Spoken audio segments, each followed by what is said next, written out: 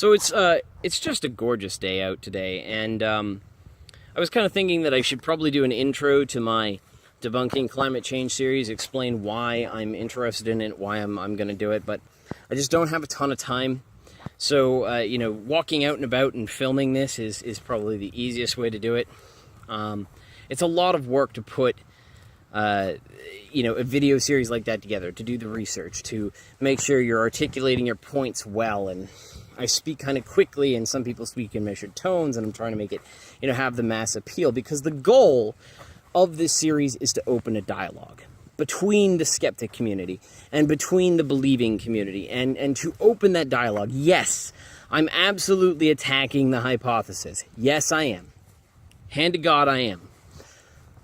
But the reason that I'm doing so is because I see arguments as like a fight over a medieval fiefdom, over a keep, right? The keep, the center value I have is you need to demonstrate that it is economically cost-effective to take on climate change, that we should invest money now. And that means showing, you know, alternative investments. The question isn't whether or not climate change exists.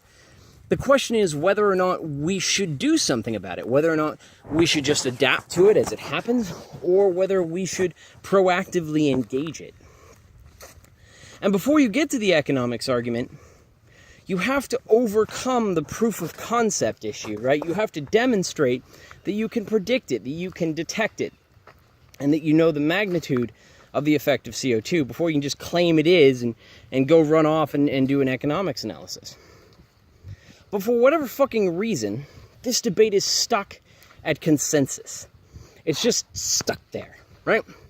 On one side, you have the people yelling about consensus, and on the other side, everybody's going hoax, hoax, hoax, hoax, hoax. So I want these skeptics to take this argument and to apply it, to start opening this as your engagement, rather than saying, hey, yeah, you know, it's a hoax, it's a hoax, it's a hoax. Bullshit. There's a logical, rational reason behind it, but that doesn't necessarily mean it's correct. The folks who are believers in climate change, who want to convince somebody like me, who want to convince a skeptic, I invite you to criticize my points of view. So far, I've had nothing other than other people say, oh yeah, consensus, consensus, consensus, and that's not how the other scientists do it. I know that's not how the other scientists who are researching climate change are analyzing their data. I get that, right? They've come to a different conclusion. But they can't show it. They can't demonstrate it. And when we start talking about the economics argument, it's not, you know, if we take into account the rate of return, it's not that this is a wise choice because the rate of return is so high. Legitimately, the Stern review says we should invest in climate change countermeasures because we can afford to do so. And that is not a rational or economic justification for action on anything. I can afford to, you know, fucking smash my dick with a hammer. That doesn't necessarily mean I'm going to do it. And ultimately, when we start talking about this kind of bitter, contentious issue, it's the backdrop for more than just, you know, climate change. The issues associated with climate change are repeated in a lot of other sciences, in the social sciences, when they're dealing with a very complex problem, something that's hard, and they took the easy route, and it pisses me off, right? You know, back, the whole time that I actually started to become a skeptic, it was back, you know, when I first started really diving into psychology for my degree in psychology after my chemical engineering degree.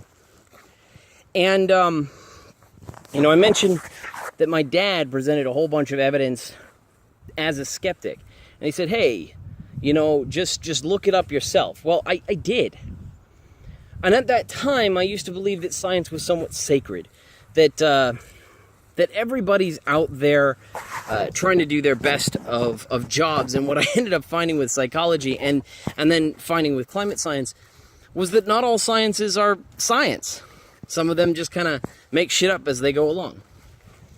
And it was rather upsetting. You know, I think one of the first things was this article where the Argo buoy system was coming back. And you know, I sent this to my dad, or was about to send it to my dad, going, oh yeah, see her, climate change is real, yeah. Except I read to the bottom of the page. All right, the first page was, oh yeah, we know climate change is real. This is definitely showing that climate change is real. And then you get to the bottom of the article, and the last few paragraphs was, yeah, it's a shame that we don't actually see the temperature rise. We don't know whether it's our buoys are wrong, whether there's some other variable that we haven't accounted for. And I'm sitting there, I'm going, fuck.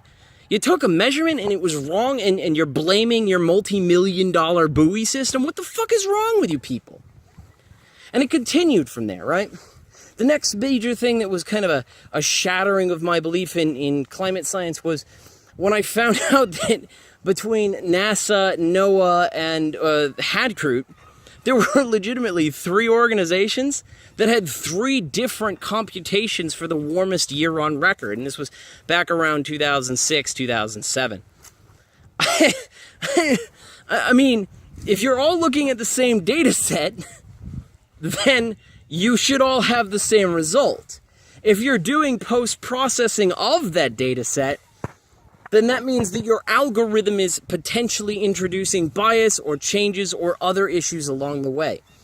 And the more I investigated that, the more you pull at these threads, the more they kind of come undone. You know, arguing at its core is like having these barriers, these shields, right? These energy shields up. And if you have to overcome one, you have to match the phase of that argument. So where people weren't sitting there and demonstrating proof of concept, making a prediction and testing it, and they weren't demonstrating that they had the measurement capabilities, they were just getting rid of natural variation entirely and standard deviation. And they weren't sitting there and focusing on the rather enormous range of climate sensitivities. And they weren't sitting there and tackling the economics argument. When you aren't actually in phase with these energy shields, you're not really overcoming them, right? So if your argument, to me, as a scientist, as an engineer, is consensus, and that's the only thing you throw at me, my economics stays intact. And that's what changes my mind, right? If you want me to support climate change legislation, I'll do it. As long as you can prove it's cost effective. As long as you can show that it works. And we don't have that. We just have this grandiose appeal to authority, which is just fucking absurd. And every single time, like I said, every single time I try to get into this debate and engage the other side, it's always just about the consensus. And whenever I sit there and I try to sit there and see, somebody has reached out from the other side, and reached out and said, I will attempt to control or have a discussion with the folks who are skeptics. You know what? The skeptics just do the hoax thing. This video is an attempt to get around that. So, take it for what it's worth. I hope you like the series. If you have any comments or criticisms, please post them. I will happily engage with you. So far my only engagement has been one fucker who was insistent about the consensus, and another fucker who said, oh yeah, I only managed to make it through 6 minutes of your 50-minute video. Great, buddy. I'm not disagreeing, it's boring, but seriously, great. And understand that you can't paper swap with me at this point, right? You can't just start throwing papers that agree with your point of view at me. You need meta-analysis, because at this point, climate change is extensively studied. You have hundreds of thousands of papers. At a 5% failure rate, I expect at least 5,000 papers that are out there that are completely wrong, at least, right? And when you start sitting there, and again, going back to those core issues, those economics, those proof of concept, they just don't have it. They aren't making predictions that are coming true. And so overcome that. Stop having your little consensus green phase shield color thing go against my red phase wall of predictions. Overcome that barrier. Overcome the economics. And I will do a video sitting there and discussing how you changed my mind. But so far, the other side has utterly failed to do that. Good luck.